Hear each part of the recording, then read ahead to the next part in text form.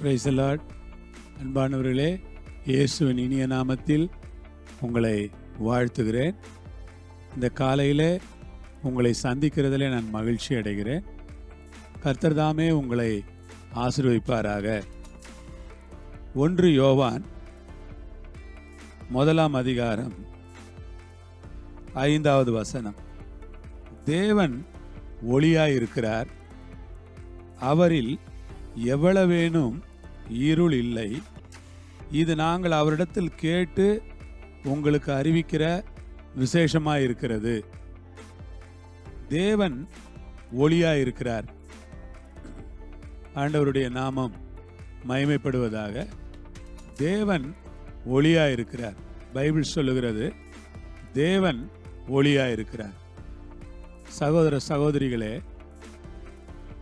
தேவன் ஒளியாயிருக்கிறார் என்று யோவான் சொல்லுகிறார்.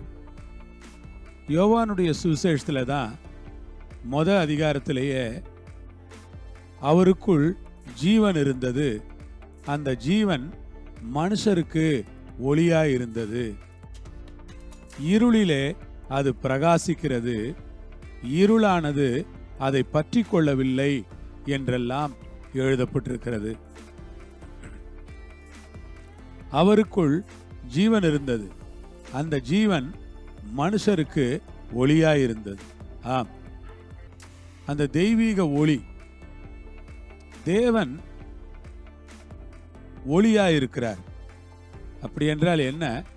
ஆண்டவர் ஒரு வெளிச்சம், ஒரு பிரகாசம், ஆண்டவர் ஒரு மகிமை.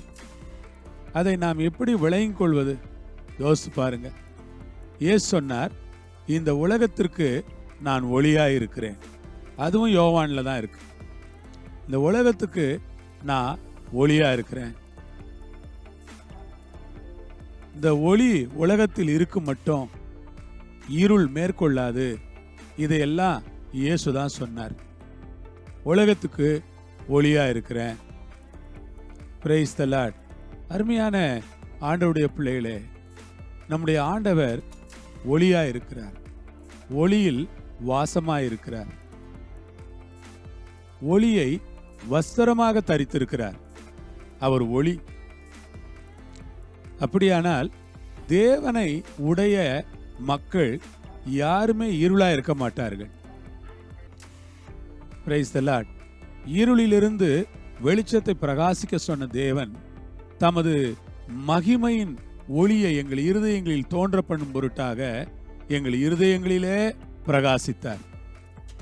ஆம், இயேசு நம்முடைய இருதயங்களிலே பிரகாசித்தாரா? எப்படிப்பட்ட ஒளி என்று சற்று யோசித்து பாருங்களேன். தேவனை போல அந்த மகிமையான ஒளி எங்கேயுமே கிடையாது. எவ்வளவேனும் இருள் இல்லை. அப்படி என்றால் என்ன? எப்பக்கமும் பிரகாசம், எப்பக்கமும் மகிமை, எப்பக்கமும் வெளிச்சம்.